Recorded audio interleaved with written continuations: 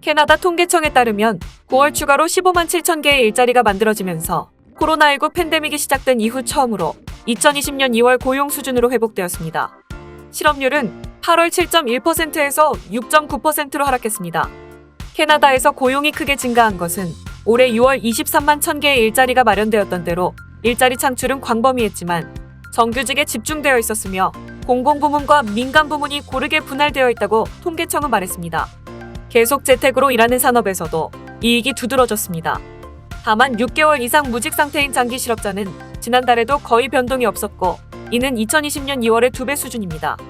이하 노드 캐나다 상공회의소 인력 전략 담당 선임 이사는 거의 40만 명의 캐나다인이 여전히 장기 실업자로 이들이 왜 재취업을 못하고 있는지 이유를 찾아내야 한다. 완전한 경제 회복은 이것에 달려있다고 말했습니다. 9월 소매업 고용도 2만 명 감소하였으며 작년 2월 수준인 3.1%였습니다. 캐나다 전역에서 규제가 완화되었음에도 업계의 고용은 6월 이후 거의 동일한 수준을 유지하고 있다고 캐나다 통계청은 밝혔습니다. 5월에서 8월 사이에 21만 1,000개의 포지션을 얻은 반면 2만 7천 개의 일자리가 사라지면서 큰 타격을 입은 숙박 및 식품 서비스 부문에서도 비슷한 사례가 발생했습니다. 통계청은 고용률이 팬데믹 이전 수치를 약간 밑돌고 있기는 하지만 이는 지난 19개월 동안 인구 증가 대비 고용 증가가 일치하지 않았다는 사실을 반영하는 것이라고 말했습니다. 다음 뉴스입니다. 다가오는 크리스마스 시즌에 맞춰 밴쿠버 국제공항에서 싱가포르 창의공항까지 직항으로 연결되는 길이 열릴 것으로 보입니다. 싱가포르 항공 측은 계절별로 주 4회씩 싱가포르 창의공항에서 밴쿠버 국제공항까지의 직항 노선을 운행할 것을 공식적으로 확정지었다고 밝혔습니다. 기간은 올해 12월 2일부터 내년 2022년 2월 15일까지입니다. 이때 밴쿠버는 싱가포르 창의공항과 시애틀 타코마 국제공항 사이의 경유지가 됩니다.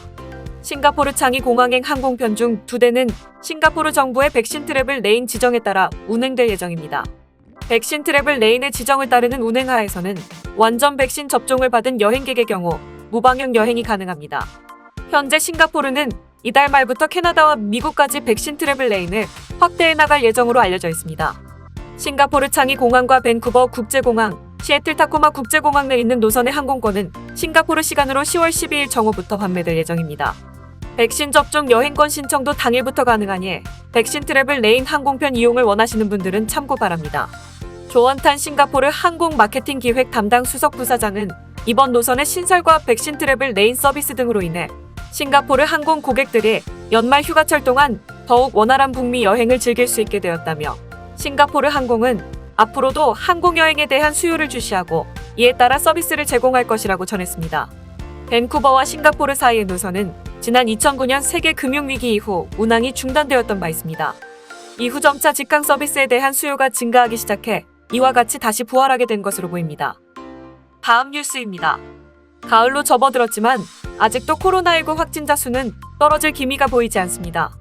이젠 기업들이 직장 내 직원들에게 백신 접종의 의무를 부과하기 시작했는데요. BC 하이드로도 그 중에 하나가 되었습니다.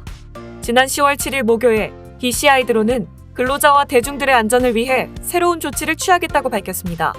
발표에 따르면 앞으로 BC 하이드로 시설 또는 작업장에서 근무하는 모든 직원과 계약자들에게 코로나19 백신 접종 증명서가 요구됩니다. 여기에는 프로젝트 공사 현장도 포함됩니다. 이로써 6,000명이 넘는 직원들이 2021년 11월 22일 전까지 백신 접종을 완전히 마쳐야 하게 되었습니다. 한편 하도급 업체와 계약직 직원은 BC 하이드로에서 직접 고용하지 않아 2022년 1월 10일까지 백신 접종을 마치기로 요구한 것으로 보입니다.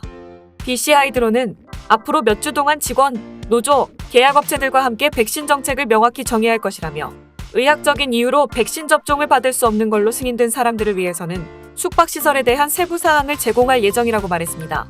이번 주 초 BC 공공서비스 기관도 도내 공무원들에게 백신 완전 접종을 요구하겠다고 밝힌 바 있습니다. 직장 내 의무를 부과할 만큼 다들 백신 접종에 초점을 맞추고 있습니다. 모두의 노력에 걸맞게 코로나19 유행이 종식되기를 기대해봅니다. 다음 뉴스입니다. 온타리오 교육청은 모든 학교에 여성 위생용품을 무료로 제공하기 위해 샤퍼스 드럭 마트와 계약을 체결했다고 발표했습니다. 올가을부터 학생들은 학교에서 무료로 위생용품을 사용할 수 있게 됩니다.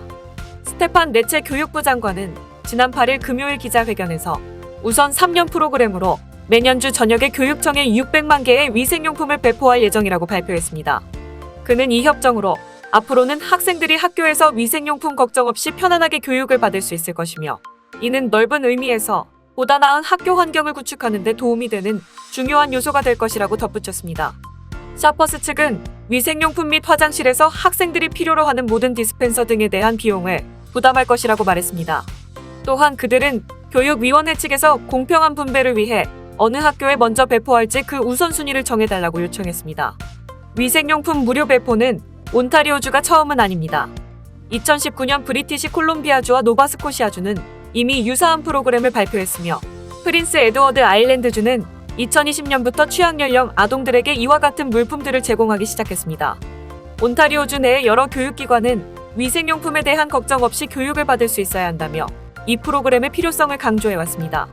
지난 3월에는 72개 교육청 전체를 위한 주정부 기금 프로그램을 요청하는 공개 서한을 레체 교육부 장관에게 보내기도 했습니다.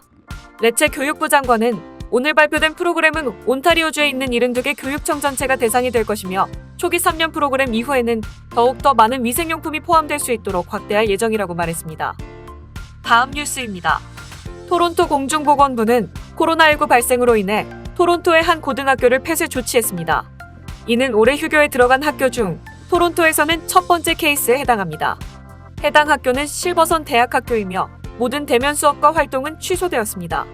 토론토 공중보건부는 코로나19 확진 사례를 조사하여 학교가 언제 재개할 수 있는지를 결정할 예정입니다. 토론토 공중보건부는 보도 자료를 통해 접촉자에 대한 후속 조치, 지침 제공, 학교 전체 테스트 권장 등을 포함하여 코로나19 확진 사례를 계속 조사하고 있다고 전했습니다.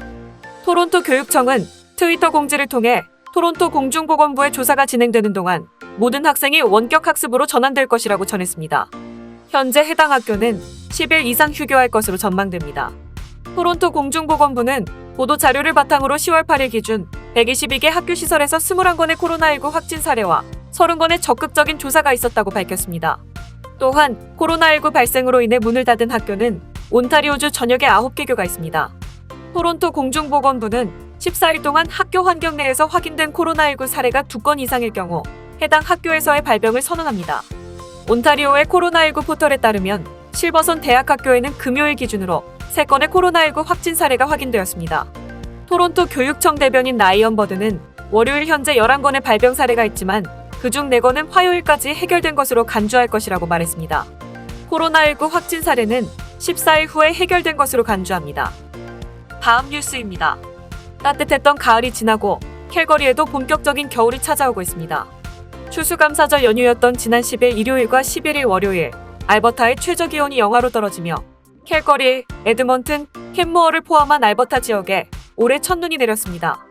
연휴가 끝난 화요일에도 예년보다 낮은 기온을 보이고 있는데요. 캐나다 기상청에 의하면 수요일인 13일 캘거리에는 진눈깨비 혹은 약한 눈이 내릴 예정이며 최고 기온은 영상 4도, 최저 기온은 영하 1도로 쌀쌀할 예정입니다. 바람이 강하게 불어 체감 기온은 영하 7도로 더욱 낮은데요.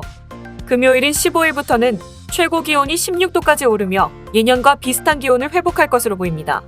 11일 월요일 밤에는 캘거리에서 오로라가 관측되었습니다.